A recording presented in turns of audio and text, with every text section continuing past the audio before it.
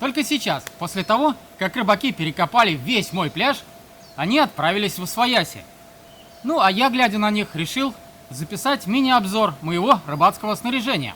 Итак, поехали.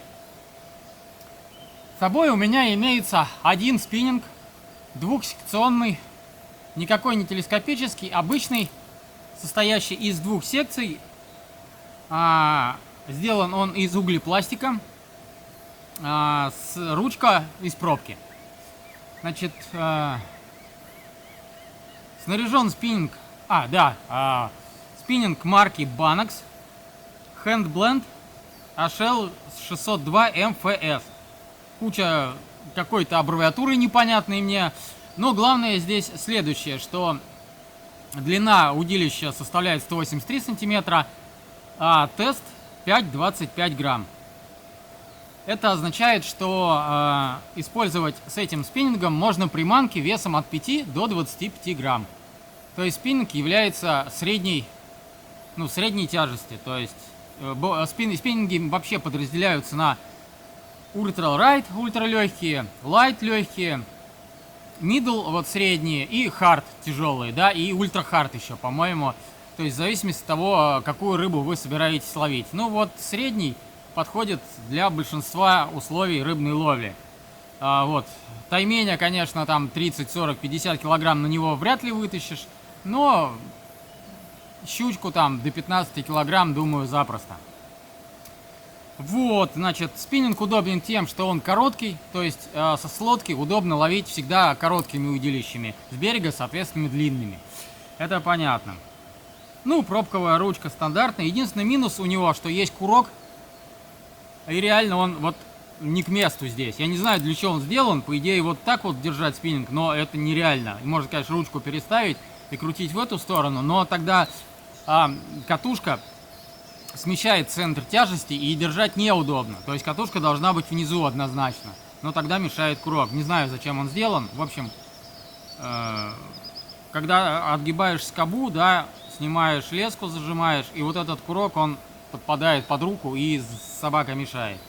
В общем, это лажа какая-то.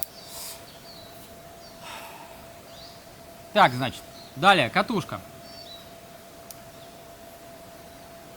Какая-то китаёзная, мифин. Ну, в общем, на самом деле, no name, тысячная, то есть предназначена для лески. Ну, для сотки, наверное. Не знаю, тут вот 0,20, от 0,20 до 125 получается. Можно сюда намотать. Значит, 5 плюс 1 подшипник, то есть она с подшипниками, она с металлическим корпусом. Вот, то есть, в принципе, функцию она свою выполняет, но это все-таки недостойная катушка на самом деле. До этого у меня была катушка фирмы Daiwa. Модель была Crest 2500. Вот это была, конечно, вещь. Вообще, хочу сказать, что если я ничего не путаю, а я вряд ли путаю, то вот Daiwa и Shimano являются лидерами в индустрии рыбной ловли. То есть они делают и спиннинговые удилища, и делают катушки. Вот, а от них можно покупать смело, и будет прям все вещи, как говорится. То есть Shimano и Daiwa делают вещи. Вот, но они и стоят, соответственно. Поэтому вот так от той катушки я, к сожалению, где-то в Карелии потерял ручку. И, соответственно, так и не смог подобрать подходящую, ни родную не смог найти, ни китайскую, чтобы заменить. Поэтому пришлось купить вот эту дешевую катушку для замены. Но в принципе, она свою функцию выполняет. Вот. Переходим к леске. У меня еще там два запасных мотка, но не суть важно, не буду уже бегать доставать. Они точно такие же. Это шнур, плетенка китайская. На разрыв у нее, по-моему, 7 килограмм, то есть 100 метров. 0,25, по-моему, если я ничего не путаю. Или 0,20, или 0,25, то есть. И вес на разрыв 7 килограмм. Ну, с учетом того, что спиннинг сыграет, с учетом того, что фрикцион можно подотпустить, я думаю, что можно вытащить и больше. Вот, так, с этим понятно. Переходим к приманкам. Приманки у меня разделены на два тубуса. Этот тубус из-под магнитолы, точнее из-под панельки магнитолы GVC, которые у меня еще из первой машины, по-моему, тиснули какое-то варье, или из второй машины. Ну, не помню, из какой-то, в общем, машины тиснули из магнитолу. Вот, а панелька осталась со мной, потому что я ее забрал. Не знаю, зачем они выдирали без панели. Ну, возможно, где-то на рынке купили и потом продали. Вот, значит, здесь у меня находится то, что мне нужно под рукой. Ну и то, что не влезло вот в основной бокс. А здесь находится то, что, скажем так, весь стратегический запас. Сейчас я, наверное, переключу камеру на вблизи, чтобы уже можно было непосредственно видеть, что находится внутри. И расскажу. Так. Итак, поехали. Это у нас, значит, пенальчик с тем, что я использую под рукой. У меня находится в легком доступе. Ну, вот эти вот два вот воблера, они на самом деле не используются мной. Просто туда они не влезают. Вот эти два воблера, они мной не используются. Просто не влезают в большой пакет. И я их поэтому помещаю здесь. Вот. Это воблеры для больше, наверное, троллинга. Вот. Тащить, то есть за лодкой. На них я не ловил. Вот. И, в общем, ничего по ним сказать не могу. Вот там катаю их, но пока результатов по ловле на них нет. Откладываем в сторону. Дальше идут колебалки. Такая вот колебалочка. Сантиметров 7, да, где-то она по размеру. Само собой, Кассмастер. Известная, да, колебалка. Еще колебалка другой формы. Значит, они вот колебалка Кассмастер, по-моему, 24 грамма. Вот это вот, например, 14 грамм. Вот, в среднем диапазоне получается моего теста на спиннинг. Да, забыл сказать, что... Ну, сейчас скажу. Значит, вот такая маленькая колебалочка золотистого цвета. Легенькая, соответственно, это где-то уже такой... Блин, зацепляется все. Речной вариант. Речной вариант больше, да? Откладываем. Ну и дальше идет как раз... это тоже речной вариантик. Блин, все оно как... Вот единственное, что минус, когда вот все лежит вот так вот в куче, что оно адски путается. Все между собой, потом хрен не разъединишь. Вот это поппер. Вот это вот поппер, да? Соответственно, он используется в тех местах, где трава, кувшинки и все остальное. То есть он идет по поверхности воды, издает звук, и бульканье вот за счет вот этого вот рта, он когда натыкается на воду, он производит такой бульк-бульк-бульк. Вот, поэтому называется поппер. То есть на попперы на самом деле, вот на эти, на озерах я здесь, в Карелии, ловил кучу щук. То есть вот эти приманки, они реально рабочие. Щука на них берет. Ну и следующие приманки, тоже которые как раз уже морские, да, и рабочие. Это, ох, блин, у меня хвост оторвался. Надо заменить приманку, оторванный хвост. Вот, это силиконовые, значит, силиконовые приманки. Силиконовые приманки разных вот расцветок, ярких. Это виброхвост, по-моему, называется. Как-то так. По-моему, виброхвост. Вот. С блесками. Соответственно, головки здесь тоже вот 16 грамм, 18 грамм и 24 грамма. Они насаживаются на джиг-головку. Вот. Вот это вот морская приманка, на которую тоже неоднократно мною поймана треска. Вот, ну и единственное, что еще не сказал, а обязательно то, что нужно уточнить, то, что я использую, естественно, поводки с приманками, да, вот с вертушком привязывается сюда леска, сюда насаживается непосредственно на замочек сама приманка. Вот, поводок стальной, и, естественно, его никакой зверь не перекусит. Поводок обязателен. Во-первых, не перекусит рыба, а во-вторых, он позволяет при зацепе в любом случае выдернуть приманку, ну, при достаточной толщине лески, ну, вот этой моей лески, по крайней мере, хватает, да, чтобы оторвать траву, но оставить в целости и сохранности приманку. Вот, убираем набор, который у нас находится под рукой.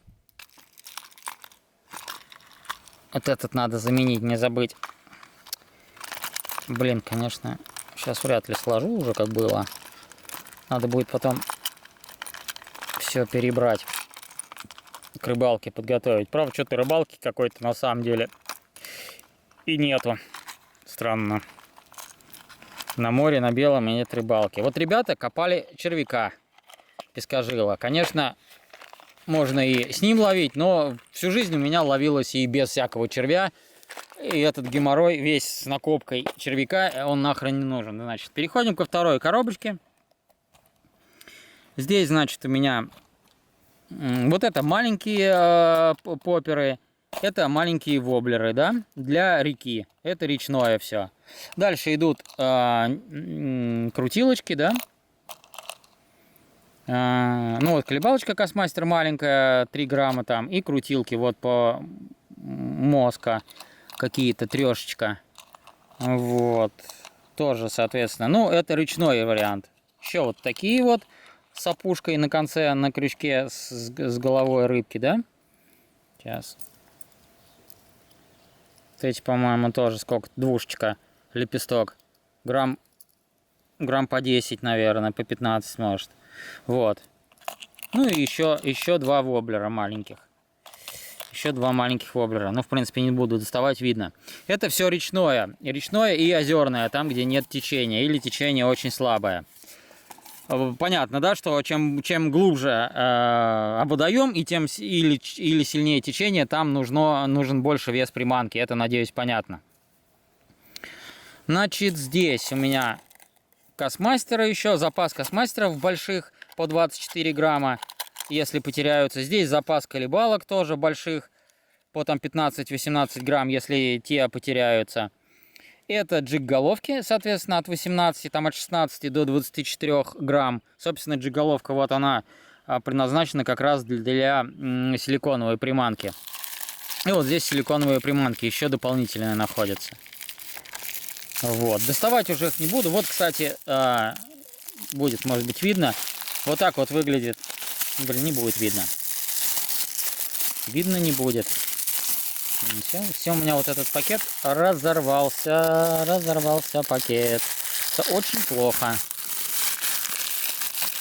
Здесь есть просто имитация. Вот. Вот червяк-пескожил, да? Вот так он выглядит. Это имитация червяка-пескожила. Он там длинный. Соответственно, его тоже можно вот таким вот макаром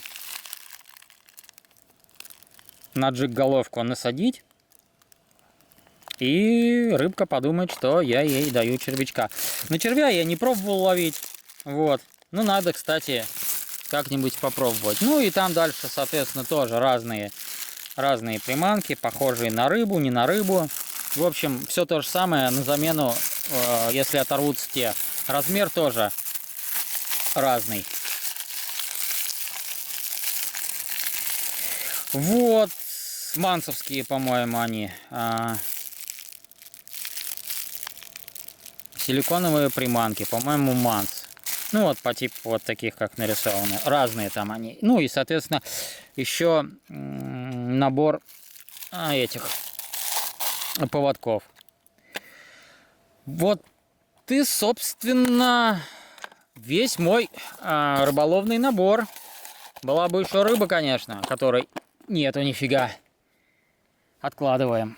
Ну вот можно показать катушку, да, уж раз остал. Вот она, крупная катушка.